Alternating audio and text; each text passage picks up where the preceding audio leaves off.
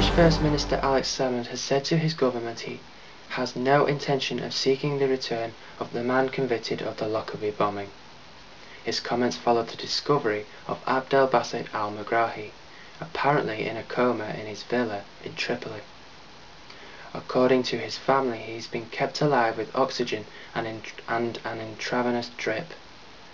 A CNN correspondent said he found Abdel Basset al-Megrahi in what was described as a palatial house in an upmarket part of Tripoli, guarded by at least 6 security cameras and attended to by concerned relatives.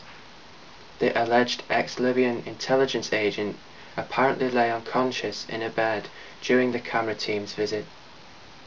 Megrahi's relatives said he was being kept alive with oxygen and a fluid drip, had stopped eating, and occasionally lapsed into a coma.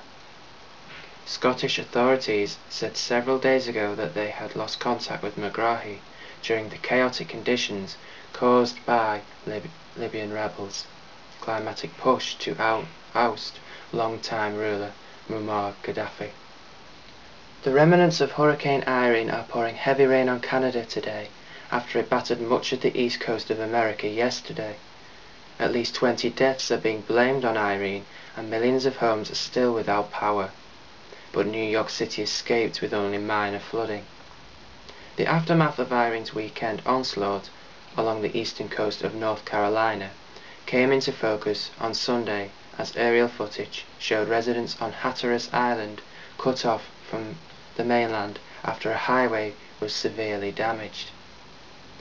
Engineers inspected the barrier island on Sunday and confirmed 4 breaches in State Highway 12, the only road connecting the mainland to the island, which is home to 7 villages.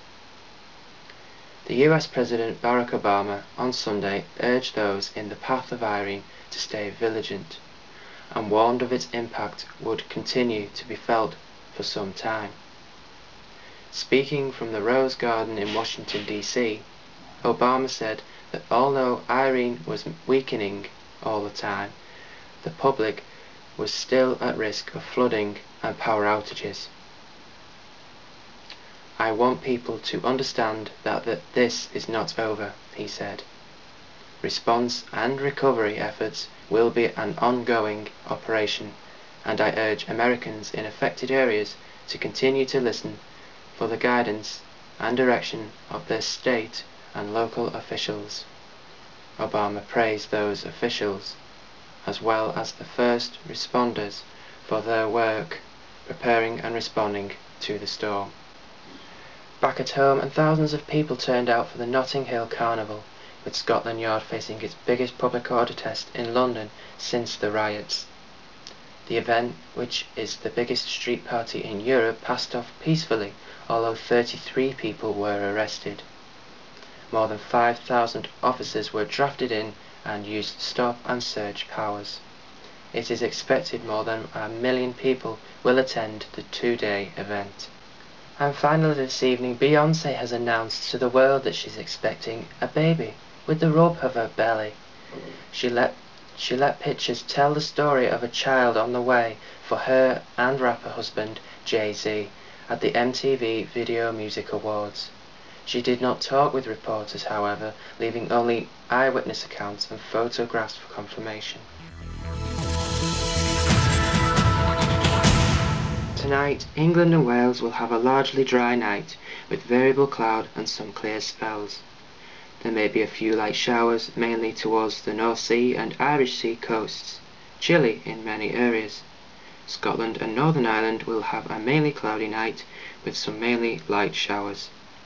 Most of the showers will be in more northern counties, but they could become rather more widespread later. On Tuesday it will be a mainly cloudy with scattered showers for much of the UK. It will be a largely dry over central, southern and southwestern England, with the best of any sunshine. A cool day for all parts and breezy over much of Scotland.